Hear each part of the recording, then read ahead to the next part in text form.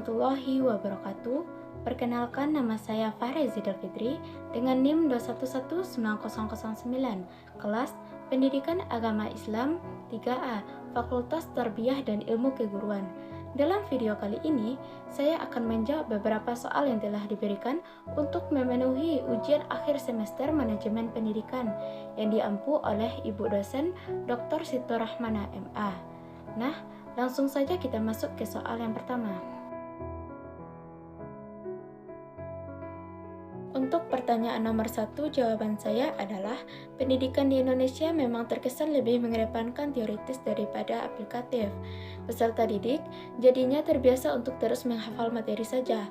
Dalam hal ini, seharusnya sistem manajemen pendidikan di Indonesia harus menggunakan aspek-aspek penting yang seimbang, yang mana dapat dilihat dari aspek teoritis yang dapat dilakukan di dalam proses pembelajaran di kelas, dan juga dapat digunakan aspek aplikatif, yang mana butuhnya sebuah praktik sebagai media atau sarana dalam mengaplikasikan segala macam bentuk teori yang telah didapat, yaitu tentunya dapat mengaplikasikannya dalam kehidupan nyata. Nah, dalam keseimbangan itulah sangat dibutuhkan oleh peserta didik di Indonesia. Dan dalam permasalahan ini, di dalam sistem manajemen pendidikan harus merombak kembali jenis pembelajaran apa yang harus diterapkan kepada peserta didik, supaya tidak hanya mengedepankan teori-teori saja, tetapi juga dapat diaplikasikannya ke dalam kehidupan yang nyata. Selanjutnya, kita masuk ke soal yang nomor 2. Untuk pertanyaan soal nomor 2, jawaban saya adalah, menurut saya, kualitas pendidikan di Indonesia masih belum merata disebabkan oleh kurangnya perhatian dari pemerintah terhadap kondisi pendidikan di Indonesia. Salah satu persoalan belum meratanya pendidikan di Indonesia dapat kita lihat dari pendidikan yang ada di desa-desa terpencil. Dalam hal ini, di desa-desa terpencil, kurangnya sarana dan prasarana yang masih minim dan tidak sama seperti pendidikan yang ada di kota-kota yang lebih maju. Tidak hanya sarana dan prasarana yang masih minim, tetapi tenaga pengajar juga masih kurang, dan itu masih banyak membutuhkan tenaga pengajar. Di samping itu, yang membuat ketidakmerataan dalam pendidikan ini adalah adanya keterbatasan biaya yang menyebabkan anak-anak yang kurang mampu memutuskan untuk berhenti sekolah dan membantu orang tuanya dalam memenuhi kebutuhan hidup. Hal inilah yang harus diperhatikan pemerintah dan berpikir penuh terhadap pentingnya pemetaan pendidikan di Indonesia, dengan melakukan beberapa hal seperti pemerintah mengadakan survei di daerah-daerah terpencil sehingga nantinya akan mendapatkan bantuan-bantuan dalam sebuah pendidikan. Dan di sini juga ditekankan untuk memaksimalkan kualitas guru yang mana nantinya bisa disalurkan ke desa-desa terpencil tersebut. Selanjutnya kita masuk kepada soal nomor 3.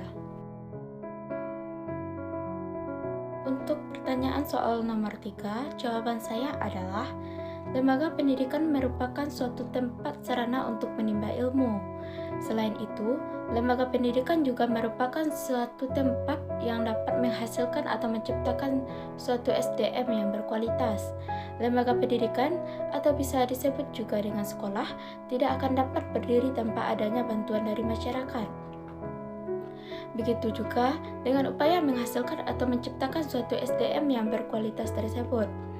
Bantuan dari masyarakat tersebut belum tentu lembaga pendidikan menciptakan atau menghasilkan suatu SDM yang berkualitas tanpa adanya dukungan dan kerjasama dari masyarakat. Karena pada dasarnya, upaya dalam menciptakan suatu SDM yang berkualitas ini, masyarakat memiliki peranan yang cukup penting. Hal ini dapat dilihat adanya hubungan lembaga pendidikan dengan masyarakat itu seperti di dalam sistem pembelajaran, lembaga pendidikan menggunakan sistem outdoor, di mana sistem outdoor itu sendiri terjadi pembelajaran di luar sekolah, yang mana nantinya melibatkan masyarakat di dalam hal-hal yang berhubungan dengan lembaga pendidikan itu sendiri. Dengan adanya sistem order tersebut, lembaga pendidikan tidak hanya berada di dalam lingkungan itu sendiri, tetapi juga ada di lingkungan luar seperti adanya praktek-praktek di lingkungan itu yang menimbulkan adanya pengalaman dan pemikiran-pemikiran yang lebih luas dan lebih kritis. Nah, dalam kegiatan-kegiatan inilah yang berhubungan dengan masyarakat akan menghasilkan SDM yang berkualitas terhadap pembangunan dan kemajuan bangsa ini. Selanjutnya kita masuk ke soal nomor 4.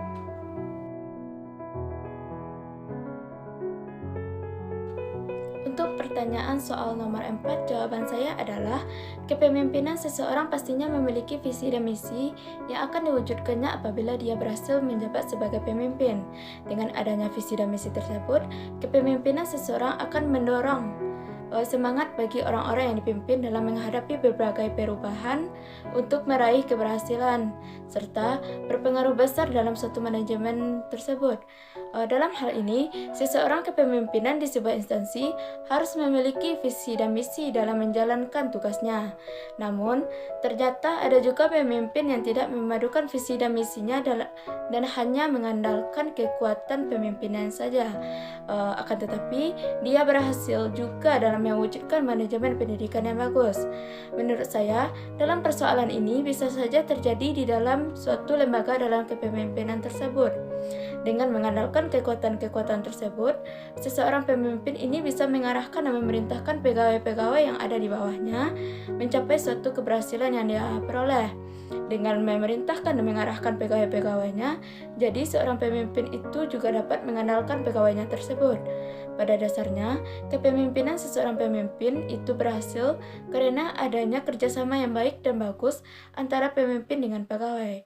Nah, dengan begitu akan terwujudnya manajemen pendidikan yang bagus pula. Selanjutnya, kita masuk kepada soal yang nomor 5.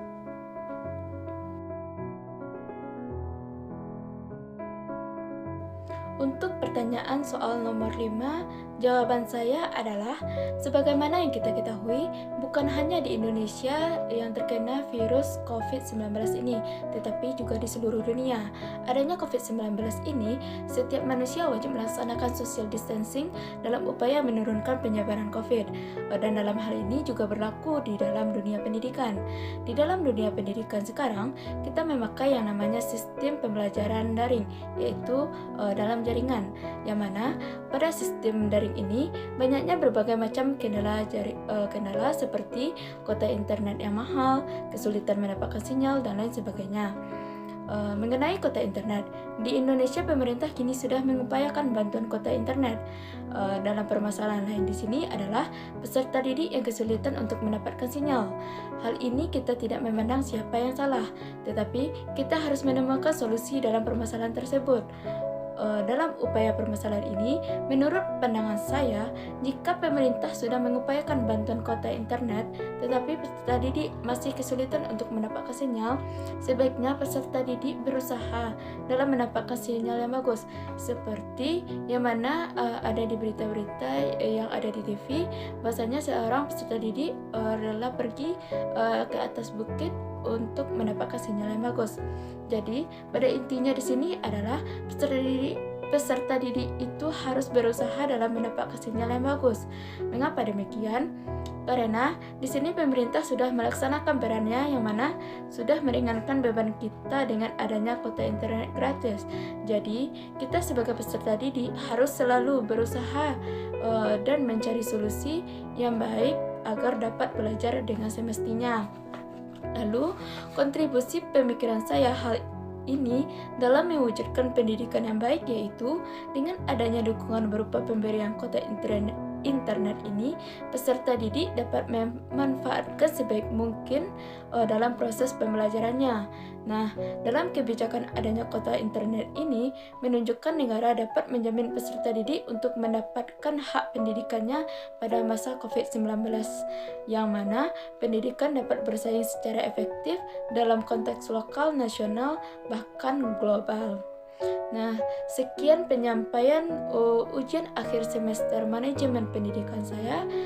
Saya akhiri dengan wassalamualaikum warahmatullahi wabarakatuh.